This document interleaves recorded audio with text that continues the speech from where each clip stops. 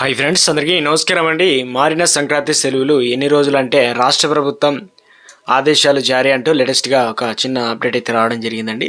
So అందుకు సంబంధించినటువంటి complete information అనేది వీడియోలో తెలుసుకుందామండి. వీడియోని చివరి వరకు చూడండి, అర్థమవుతుందండి.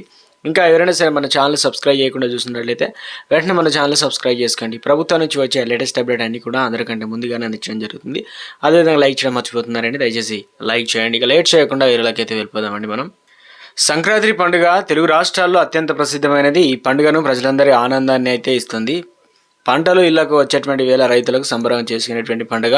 గ్రామంలో కూడా ఎక్కువ ప్రాధాన్యత ప్రశంస ఈ పండుగకి అయితే ఉంది కాబట్టి ఇక పట్టణాల్లో గాలిపటాలతోనూ పిల్లలు పెద్దలు ఎంజాయ్ అయితే చేస్తారు. ఉమ్మడి రాష్ట్రంలో దసరా సంక్రాంతి పండుగలకు 10 రోజులు చొప్పున సెలవులు అయితే ఉండేవి. రాష్ట్ర విభజన తర్వాత ఏర్పడినటువంటి బీఆర్ఎస్ ప్రభుత్వం దసరాను రాష్ట్ర పండుగ ప్రకటించింది, సెలవులను పెంచింది. ఇదే సమయంలో సంక్రాంతి ఆంధ్రుల పండుగ భావిస్తూ సెలవులు కూడా కుదించింది.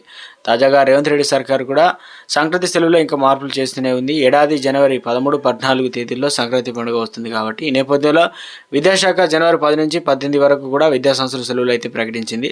అయితే తాజాగా ఈ సెలవుల్లో మార్పు అయితే చేస్తుందన్నమాట. 2 రాష్ట్రాల్లో మార్పులు. తెలంగాణలో, ఏపీలో కూడా సంక్రాంతి సెలవుల విషయంలో తర్జన భర్జన జరుగుతుంది. ఇప్పటికే మార్పులు చేర్పులు చేస్తున్నారు అధికారులు. ఏపీలో 10వ తరగతి పరీక్షల దృష్టిలో ఉంచుకొని సంక్రాంతి సెలవుల్లో మార్పులు అయితే జరుగుతున్నాయి. చివరి వరకు జనవరి 10 నుంచి సెలవులు ఇస్తున్నట్లు కూడా జనవరి 19 వరకు సెలవులు కొనసాగుతాయి. 20న మళ్ళీ కూడా విద్యాసంస్థలు పునఃప్రారంభమవుతాయి అన్నమాట. ఇక క్రిస్టియన్ స్కూళ్ళకు మాత్రం జనవరి 11 నుంచి 15 రోజులు మాత్రమే సెలవులు అయితే, 15వ తారీఖు మాత్రమే సెలవులు అయితే ఉంటాయన్నమాట. తెలంగాణ విషయానికి వచ్చినట్లయితే జనవరి 11 నుంచి 18 వరకు విద్యాసంస్థల సెలవులు ప్రకటించింది. 19న రీఓపెన్ అనగా తెలంగాణలో పాఠశాలలు మళ్ళీ ప్రారంభమవుతాయి అన్నమాట. ఇది ఉంటే సంక్రాంతి సెలవులకు హైదరాబాద్లో సెటిలర్ అంతా ఆంధ్రాకు వెళ్తారు.